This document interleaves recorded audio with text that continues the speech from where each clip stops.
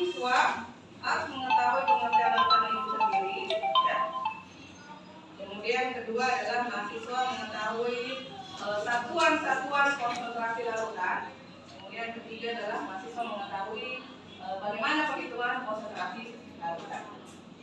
Ya, jadi pendahuluan dulu.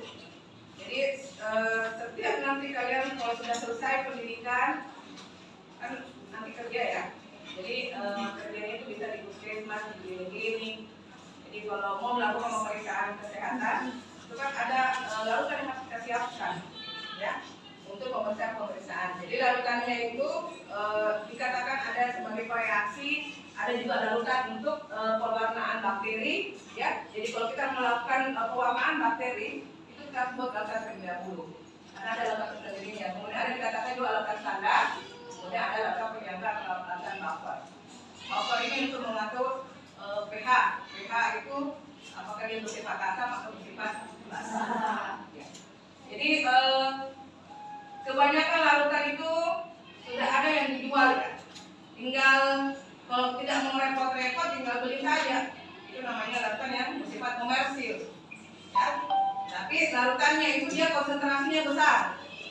Jadi untuk mengencerkan, beli larutan yang konsentrasinya besar, kemudian diencerkan ke larutan yang sesuai kita inginkan.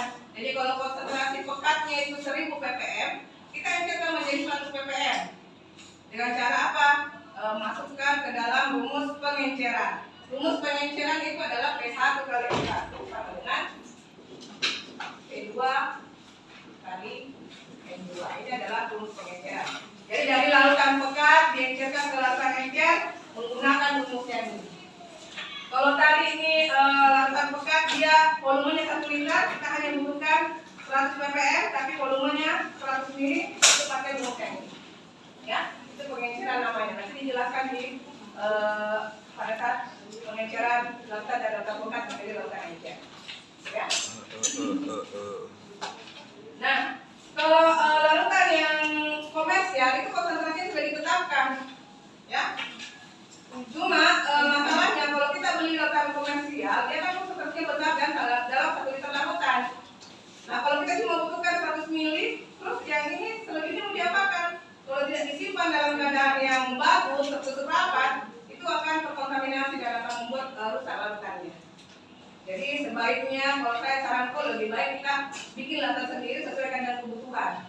Ya, kalau kita cuma butuhnya taruhlah 50 ml, kita bikin 100 ml saja.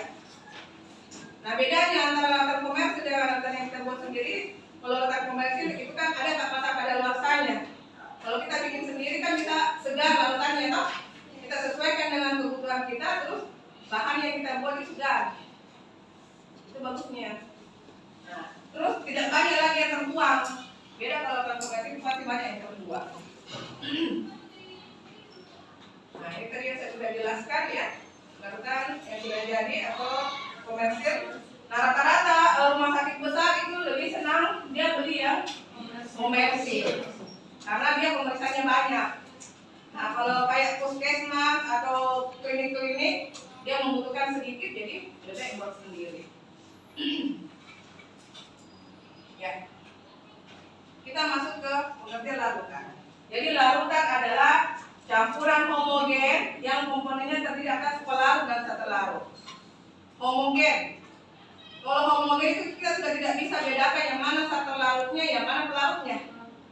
Satu larut banyak atau kecil dibanding pelarutnya? Sedikit. Namanya satu larut. Yang melarutkan itu adalah yang besar jumlahnya. Contoh kalau mau melarutkan gula, ya, kita mau bikin larutan gula. Pasti 1 sendok gula pasirnya, airnya adalah 100 ml, 1 gelas. Ya, itu namanya larutan namanya homogen. Karena dia sudah menyatu antara gula pasir dengan air. Homogen. Kalau larutan heterogen itu masih berbeda. Contohnya pasir. Pasir kalau melarutkan dengan aqueous, itu masih kelihatan pasirnya. Dia tidak menyatu, masih heterogen ceritanya. Masih bisa dibedakan mana pasirnya, mana airnya. Ya, kalau homogen dia sudah menyatu. Nah, dalam larutan juga dikenal istilah solvent dan solut, ya. Jadi solvent itu nama lainnya nama lain dari starter larut, kemudian solutnya adalah pelarutnya. Jadi solvent itu yang terkecil satu larutnya, solusinya adalah pelarutnya. Ya, kalau bikin kopi juga gitu, kopinya 1 sendok, airnya 1 gelas. Ya. Nah, untuk memahami tentang solvent dan larutan, silahkan perhatikan gambar samping. Ya, jadi ini adalah pelarut. Pelarut itu jumlahnya banyak dibandingkan satu larut. Ini kalau sudah dalam dicampur ya, ini yang kuning-kuning adalah satu larutnya. Ya, jadi satu larut itu lebih sedikit dibandingkan dengan pelarut. Nah, setelah digabung itu namanya menjadi larutan. Penggolongan larutan itu berdasarkan jenis zat yang terlarut. Ya, jadi ada dua, ada larutan zat padat dalam cairan, kemudian larutan cairan dalam cairan. Yang mana dikatakan zat padat dalam cairan? Contoh kalau kita mau melarutkan yang tadi gula pasir kan padat kan? Nah, dilarutkan dengan aqueous atau air itu menjadi sudah larutan. Jadi zat padat dalam cairan. Zat terlarutnya padatan, terus yang melarutkan adalah cairannya adalah aqueous. Ya. Nah, yang kalau larutan cairan dalam cairan, kalau dia bahan kimianya atau reagennya itu dalam bentuk cairan. Contoh apa? H2SO4 pekat. Dia kan larutan ya. Nah, kita mau mencairkan H2SO4 pekat itu konsentrasinya adalah 36%. Ini pekat ya. H2SO4. Kalau ada tanda begini artinya dia pekat. P. Ini dalam bentuk cairan. Nah, kalau kita mau mengencerkan itu pipet berapa mili, masukkan ke dalam lambung takar, baru diencerkan ke aquarium, berarti cairan dalam cairan. Ya, itu dikatakan larutan cairan dalam cairan. Nah, sekarang penggolongan larutan berdasarkan konsentrasinya. Berdasarkan konsentrasinya ada dua, pekat dan encer. Konsentrasi itu artinya dia ada satuannya dalam bentuk molaritas atau normalitas. Kalau larutan pekat, ya, itu lebih banyak solumnya daripada solvennya. Lebih banyak zat terlarutnya dibandingkan pelarutnya. Contoh gula pasir. Kalau mau bikin karamel, 2 sendok gula pasirnya, airnya 1 sendok. Tidak bisa diaduk-aduk sampai hancur toh. Dia lama-lama kalau diaduk semakin kental. Ya, makanya dikatakan larutan pekat. Nah, larutan pekat juga seperti pada ini H2SO4. Asam nitrat juga itu adalah larutan pekat. Kalau ada begininya, istilah P itu adalah pekat. HCl pekat. Ya, kemudian ada juga asam fosfat. Ya, ini biasa kadang agak susah dibedakan H2SO4 dengan asam fosfat, asam sulfat, asam fosfat. Jadi beda, sulfat berarti ada S-nya, kalau fosfat berarti ada P-nya. Ya, itu yang membedakan asam pekat. Nah, yang mana dikatakan larutan encer? Kalau larutan encer itu lebih banyak pelarutnya dibandingkan zat terlarutnya. Ya, contoh itu larutan NaCl 0,85%. NaCl kan garam dapur, ya. Kalau mau bikin 0,85, NaCl 0,85%, berapa gram NaCl yang harus kalian timbang untuk membuat ini? Jadi 0,85/100 dikali berapa? 100 mili. Karena kita membuat dalam lambung takar 100 mili. Jadi dikali 100 mili. Ini habis. Jadi 0,85 gram. Jadi banyaknya NaCl yang harus kita timbang untuk membuat ini adalah 0,85. Ya, 0,85 gram. Itu kalau dibuat di lambung takar 100. Nah, beda lagi kalau mau diperkecil lagi jumlah larutannya. Tinggal dibuat yang ini. Ya, itu larutan encer. Nah, sekarang kita masuk ke golongan larutan berdasarkan daya hantar listriknya. Ada dua, larutan yang bersifat elektrolit dan non elektrolit. Yang mana dikatakan bersifat elektrolit? Kalau dia menghasilkan ion-ion. Ion-ionnya apa? Ion positif dan negatif. Ya, contoh pada HCl.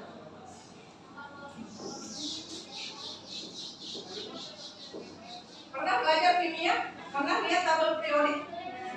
Ya. Jadi di tabel periodik itu ada unsur hidrogen, ada Cl. Ya. Kalau di tabel periodik itu namanya unsur. Kapan dikatakan senyawa? Kalau dia sudah bergabung zat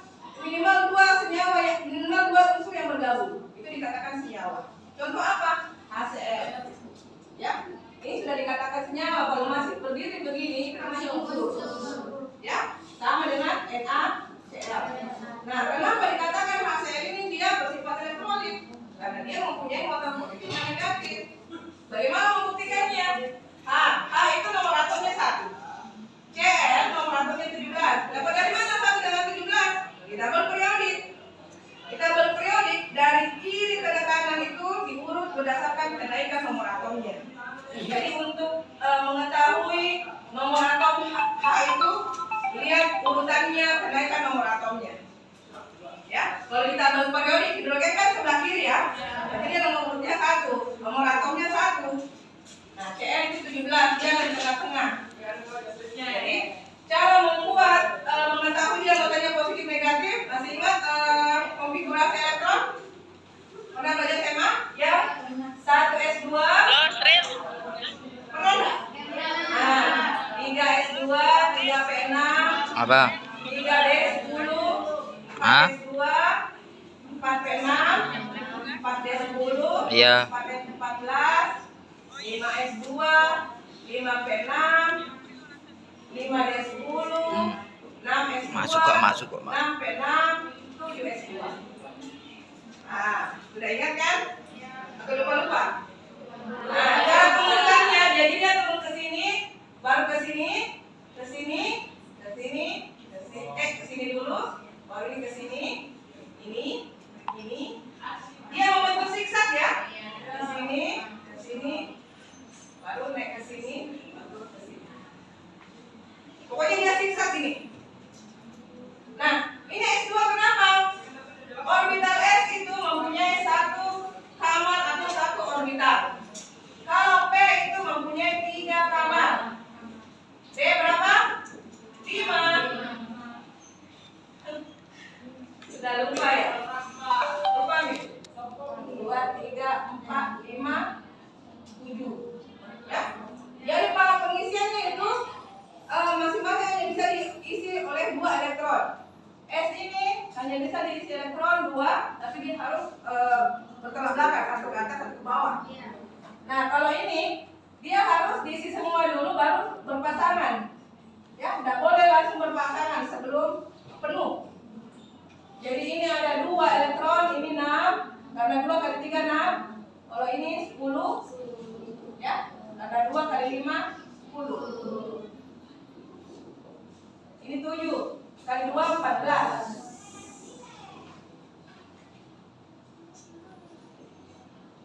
Sama dengan kamu kalau pergi PKL terus disediakan kamar, taruhlah 7 kamar. Tidak boleh langsung berpasangan 2. Isi dulu semua kamar, baru yang tidak punya kamar baru bisa berpasangan. Beginilah cara pengisiannya yang orbital. Ya, jadi 7 kali 2 14. Ini kan membuktikan.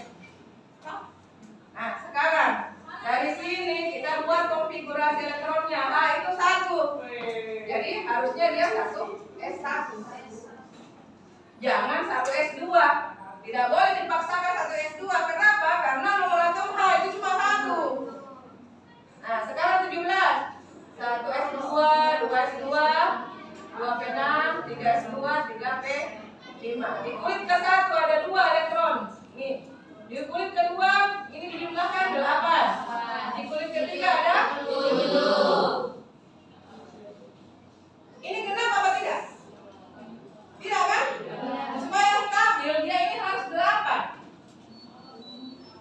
Karena dia kekurangan 1 elektron, ini saking dermawannya ini H, dia lebih baik melepaskan 1 elektronnya, ya, supaya ini pas 8. Karena dia menyumbangkan 1 elektron, maka dia muatannya positif. Ditangkap sama Cl, karena dia kekurangan 1 elektron, makanya Cl itu muatannya negatif. Ya. Orang dermawan bagi-bagi uang, pasti kamu berpikiran ini orang. Ya, pikiran sama dia positif kan? Nah, kalau orang yang suka meminjam uang, negatif kan bilang nih, jelek sekali ini orang, belum lunas saya kemarin aduh minjam lagi. Kita kan berpikiran negatif. Makanya kalau orang suka meminjam itu makanya negatif. Ya. Jadi kalau ada temanmu yang belum datang kirimannya pinjam uang, saya berpikiran negatif makanya. Tukang utang. Dijuluki tukang utang. Ya. Jadi muatannya ini plus. Kalau kapan dia melepaskan, ingat ya, melepaskan elektron entah 1 atau 2 tetap ditulis. Kalau 2 ditulis 2. Kalau 3 elektron dilepaskan terus juga 3. Ya, cuma kalau di sini 1 elektron dilepaskan. Waalaikumsalam. 1 plus. Nah, ini ditangkap sama ini Cl. Jadi, karena dia meminjam 1 cukup tulis minus 1, jangan minus 2. 1 cuma 1 ini ininya kalian tulis banyak juga kan dua padahal dia punya satu. Itu malah kalau lebih kayak gitu. Ya kan? Jadi makanya positif dan negatif. Kalau dia bisa bermuatan positif terus menjadi ion-ion, makanya dia bisa mengantarkan arus listrik. Dikatakan larutan yang bersifat elektrolit. Kira-kira larutan yang tidak bisa mengantarkan listrik itu apa? Nanti. Yang tidak membentuk atau tidak terurus menjadi ion-ion. Contohnya apa? Glukosa. Glukosa itu rumus senyawanya adalah C6H12O6. Ini mau diuraikan bagaimana? Kalau ini ada voltanya memang -2. Ini plus, ini plus.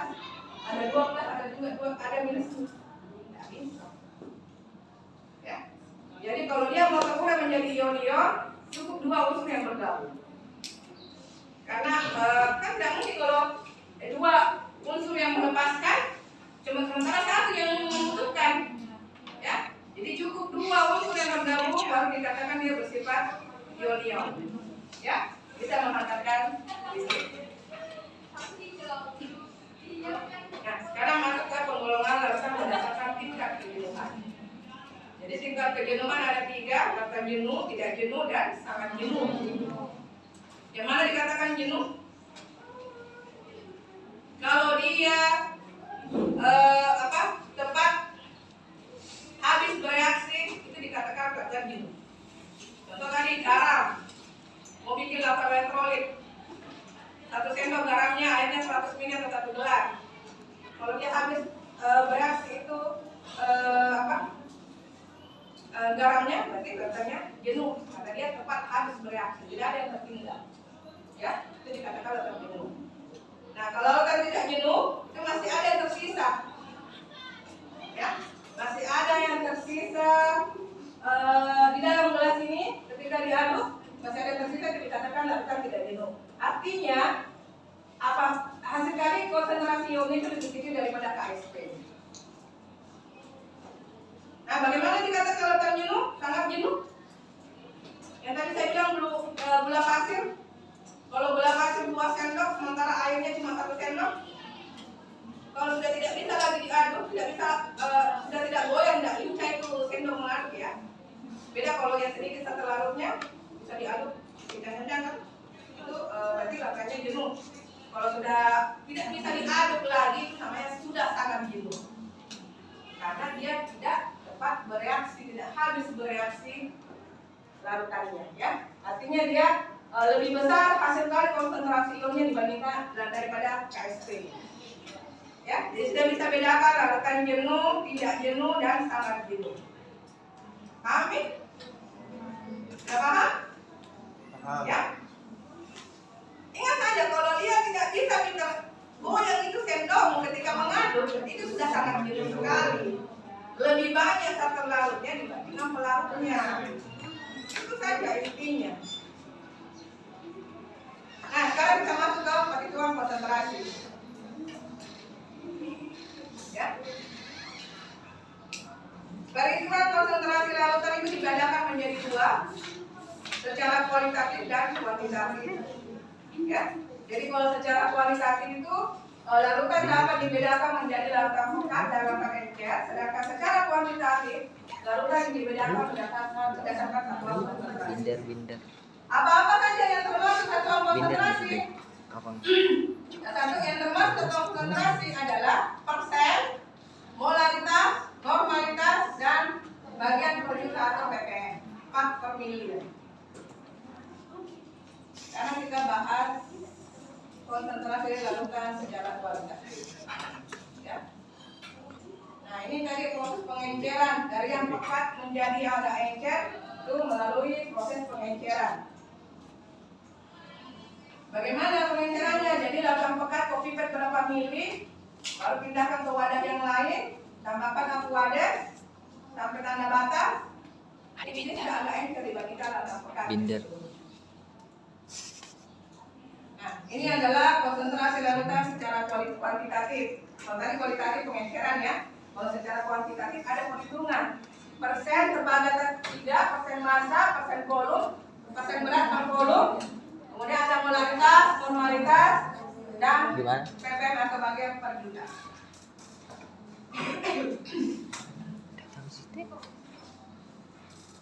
Sekarang kita bahas persen ya. Jadi persen ini terbagi atas 3, ada persen berat, persen volume, dan persen berat per volume. Persen massa itu adalah konsentrasi persen berat larutan adalah jumlah berat satu larut yang terdapat dalam 100 bagian berat larutan. Ya, jadi rumusnya itu adalah persen berat larutan sama dengan berat satu larut per berat larutan kali 100%. Berat satu larut yang kecil itu, berat larutan adalah pelarutnya. Nah, sekarang lihat soalnya ya. Hitung berapa persen NaCl dalam satu larutan yang dibuat dengan cara melarutkan 20 gram NaCl dalam 55 gram air. Jadi bagaimana cara pengertiannya? Berapa satu larutnya di sini? 20 gram. Berat larutannya berapa? 55 saja. 20 tambah 55 itu adalah berat larutan. Kenapa? Karena kan dalam satu larutan sudah tercampur. Jadi di dalam larutan tersebut sudah ada 20 gram NaCl-nya, ada juga airnya 55 gram. Jadi pengertiannya adalah 20 per 20 tambah 55 kali 100%. Jadinya berapa? 2000 per 75. Dapat berapa? Itu 26,6%. Perhatikan baik-baik ya. Kita lihat di sini di rumusnya berat larutan. Perhatikan soalnya. Dengan cara melarutkan 20 gram NaCl dalam 55. Jadi kalau sudah dalam bentuk larutan itu sudah ada penggabungan starter larutnya dengan belarutnya.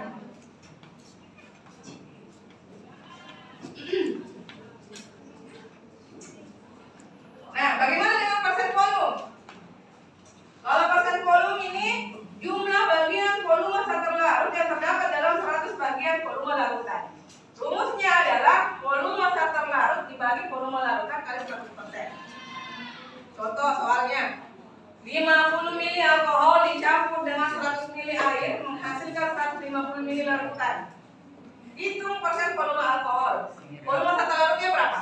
50. Ini 50 ml alkohol dicampur dengan air. Jadi 50 ml. Volume larutannya berapa? 50 kali 100. Berapa? 33, ini 50 per 150 kali 100%. 33,33%. Sudah mengerti sampai ini? Tinggal masukkan saja ke dalam rumusnya. 50 Ya kan? per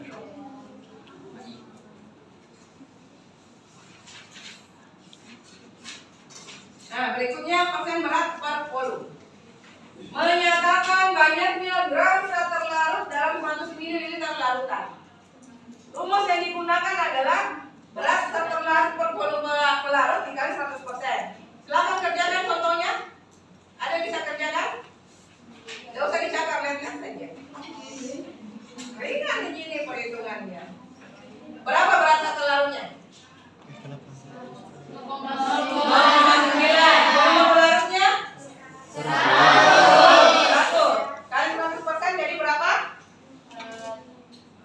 0,9. Iya, tetap 0,9. Tapi ingat, satuannya adalah persen. Persen adalah persen berat per volume. 0,9 gram dibagi 100 ml kali 100%, ya.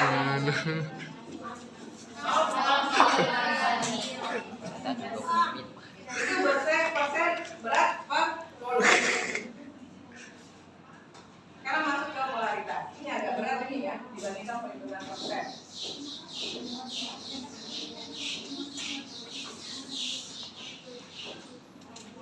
Molaritas adalah didefinisikan sebagai jumlah mol suatu larut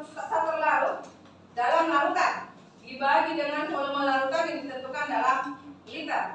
Jadi rumus molaritas kalau kalian agak bingung di sini, ini adalah rumus molaritas mol per volume. Mol ini simbolnya adalah M, bukan satuannya. Ini satuannya volume, itu adalah liter. Ya. Mol ini diperkecil, ini ada lagi rumus kecilnya ini. Rumusnya mencari mol atau M itu adalah gram per ml. Ya, sudah tahu cara menghitung ml, massa atau relatif? Sudah tahu, saya jelaskan kembali ya. Di soalnya, ada soalnya ini ya. Saya kasih contoh soal ini. NaOH. Sebelum kita mencari molaritasnya, harus tahu dulu cara menghitung ml-nya atau berat molekulnya. Di tabel periodik ada istilahnya atom relatif. Ya. NaOH ini terdiri dari berapa unsur? Ada berapa unsur? 3. Natrium, oksigen, dan hidrogen.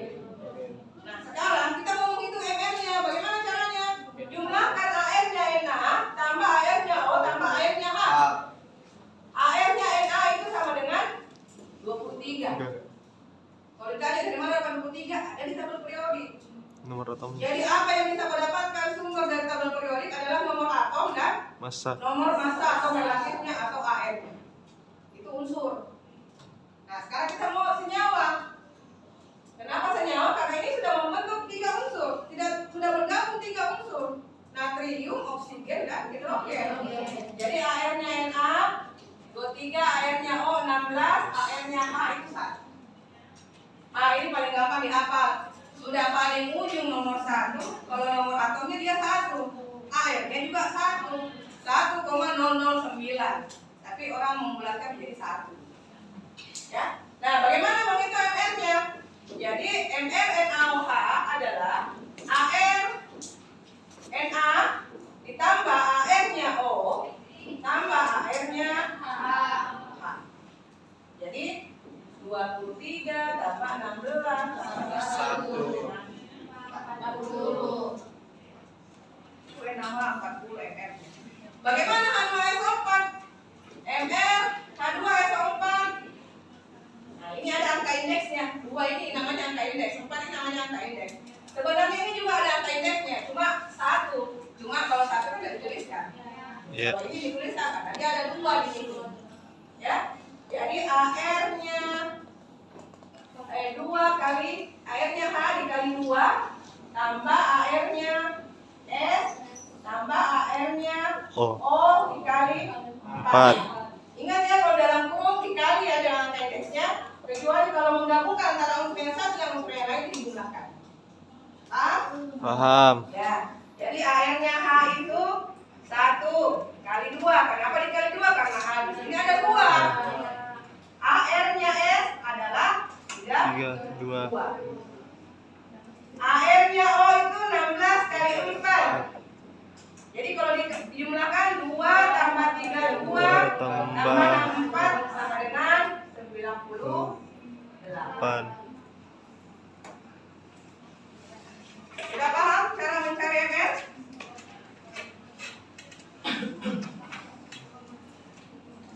Kalau ml-nya CH3COH, AR-nya C, di sini ada berapa? 2 ya? AR-nya C dikali 2, AR-nya H berapa? 2. Ada berapa sini? 2. Ada 4 di sini, 3 tambah 1. Hati-hati, jangan cuma lihat ini. Ya, lihat angka indeksnya. Jadi H di sini ada berapa H-nya? AR-nya H dikali 4. Kalau O di sini ada berapa? 2. Jadi AR-nya O 2. Sekarang hitung C itu berapa C ya? 12. C 12 ya? Enggak tahu. 12 dikali 2 1 dikali 4 16 dikali 2 4 20. Berapa semuanya? 4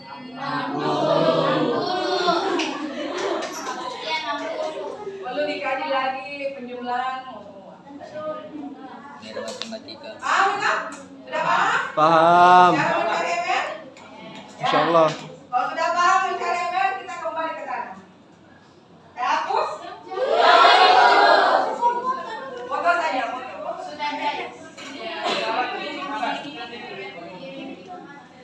Nanti di SD saya bagi. Belum saya share.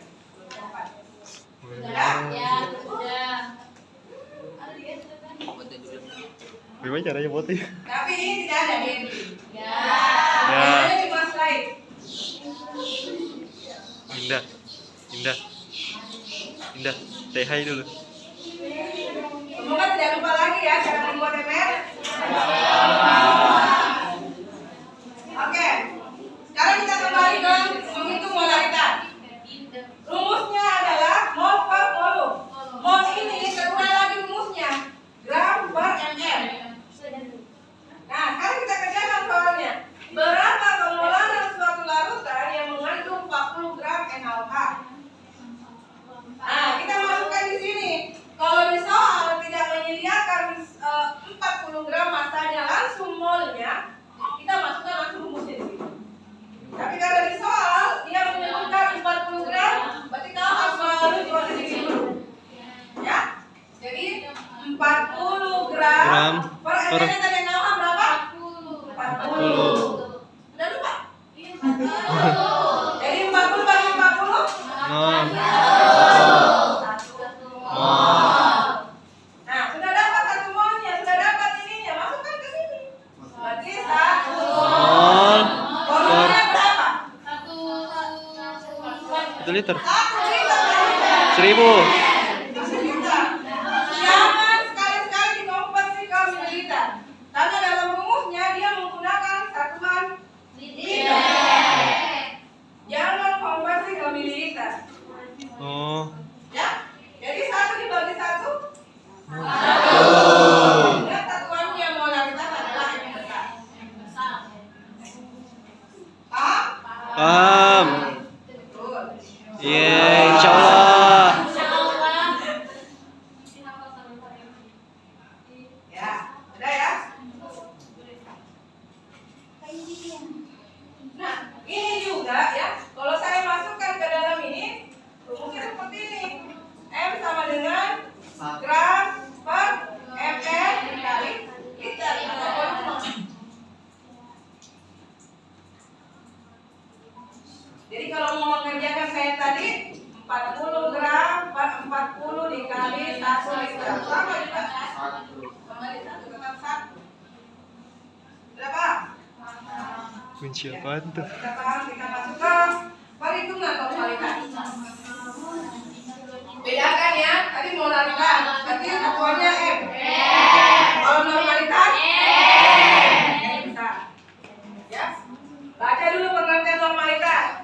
Jumlah grek suatu solut atau terlarut dalam larutan dibagi dengan volume larutan yang ditentukan dalam liter.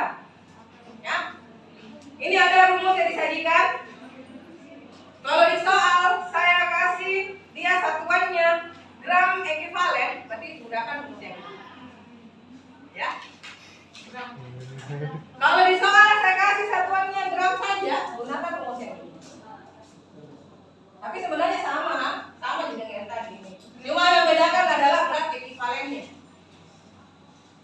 Normalitas itu adalah kalau dia miligram ekivalen pakai rumus ini, kalau miligram pakai rumus yang ini juga. Nah, di sini ada catatannya, berat ekivalen itu adalah berat molekul atau mR dibagi dengan N. N itu bukan mol ya. N itu adalah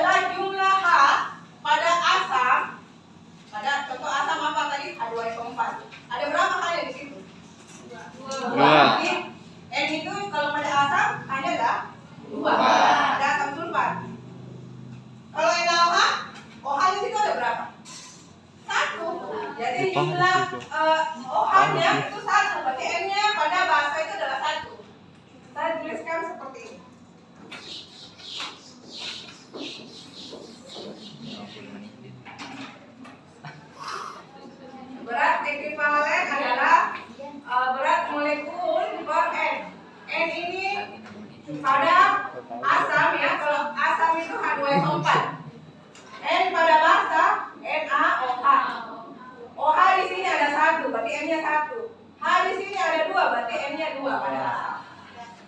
Nah, sekarang kita kerjakan contoh soal. Berapa kemolaran suatu larutan yang mengandung 40 gram NaOH dalam 1 liter larutan? NaOH, berarti N-nya berapa?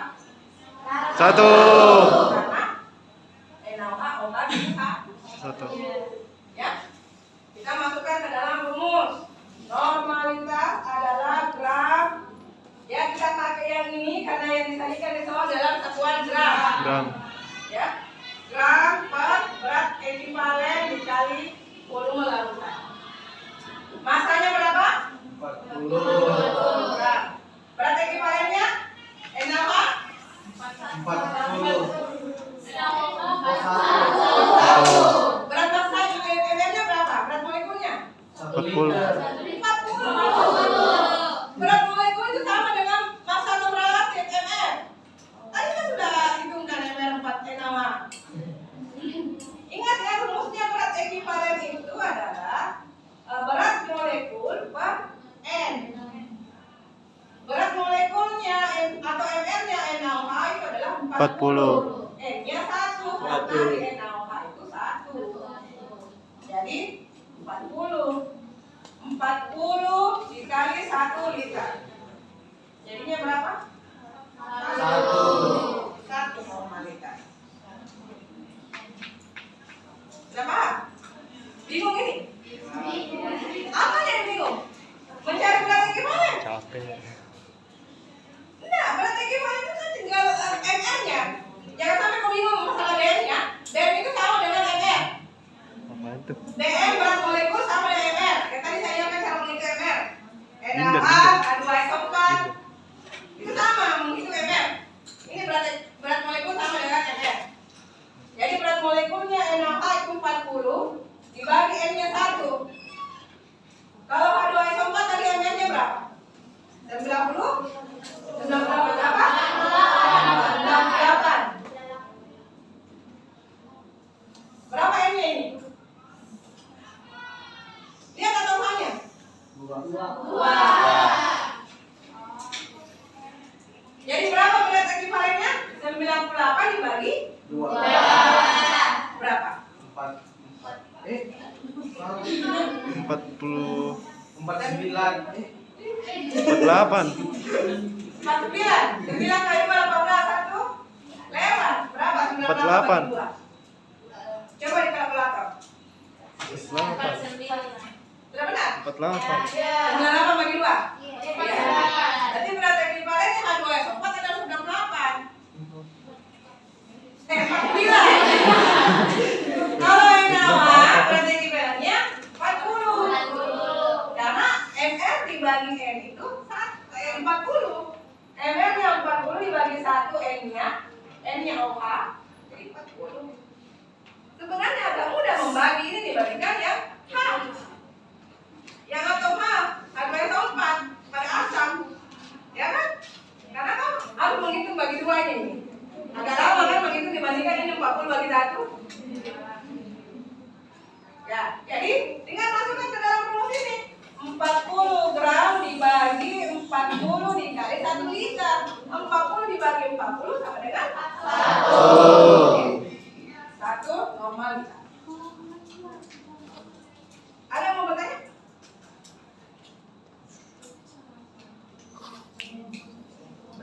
Beda. Hampir sama, cuma yang membedakan di normalitas itu adalah ada perhitungan berat ekivalen ini. Iya. Tapi kan agak gampang menghitungnya. Kalau berat ekivalen pada NaOH cukup lihat OH-nya. OH-nya kan 1. Kalau berat ekivalen pada asam H2SO4 kan hanya ada berapa? 2. Berarti ada 2. Sudah mengerti? Ini. Coba dicatat baik-baik. Menghitung N. Untuk mencari berat ekivalen kan berat molekul dibagi N. Kalau pada asam hanya 2. Pada NaOH OH-nya 1. Tuh. Jadi tinggal menghitung dulu MR-nya, baru dibagi. Kalau soalnya dia asam sulfat, bagi 2. Kalau dia NaOH bagi 1. Tuh.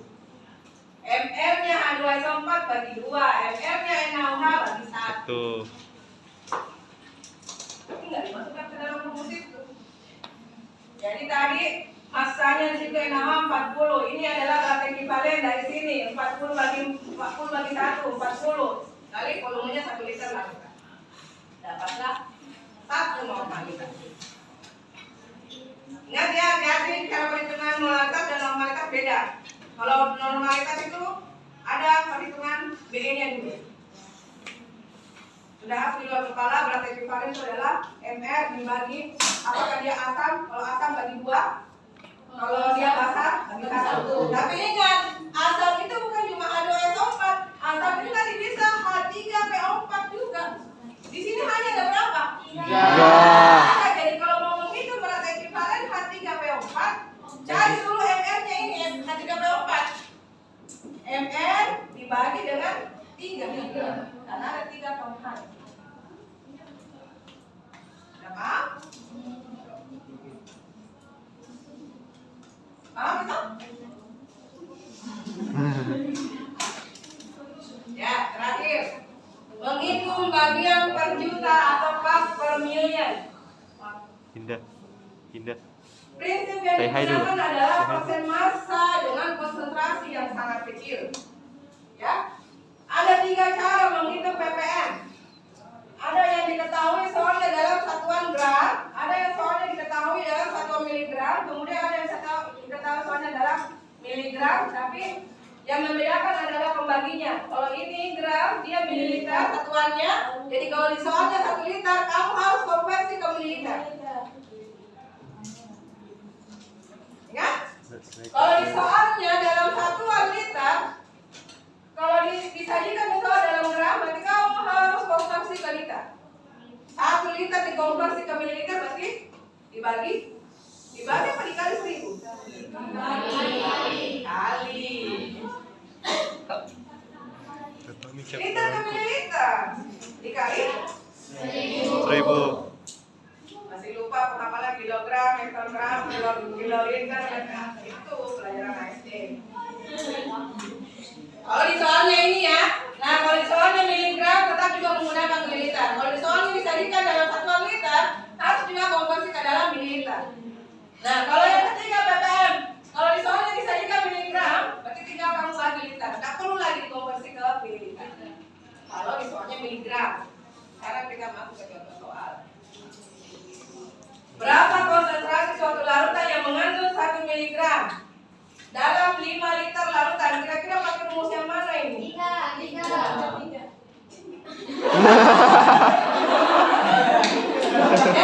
Jadi, pakai ini. Jadi, dimasukkan ke dalam sini.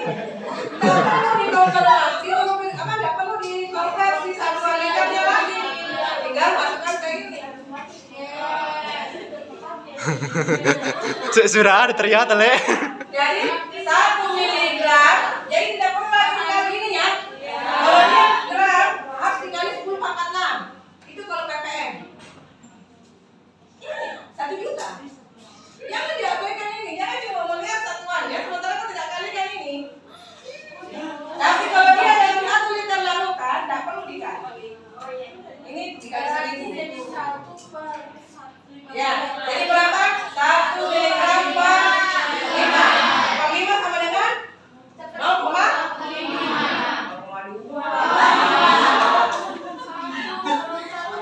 Kayaknya bukan dulu. Masa 1 per 5 0,5?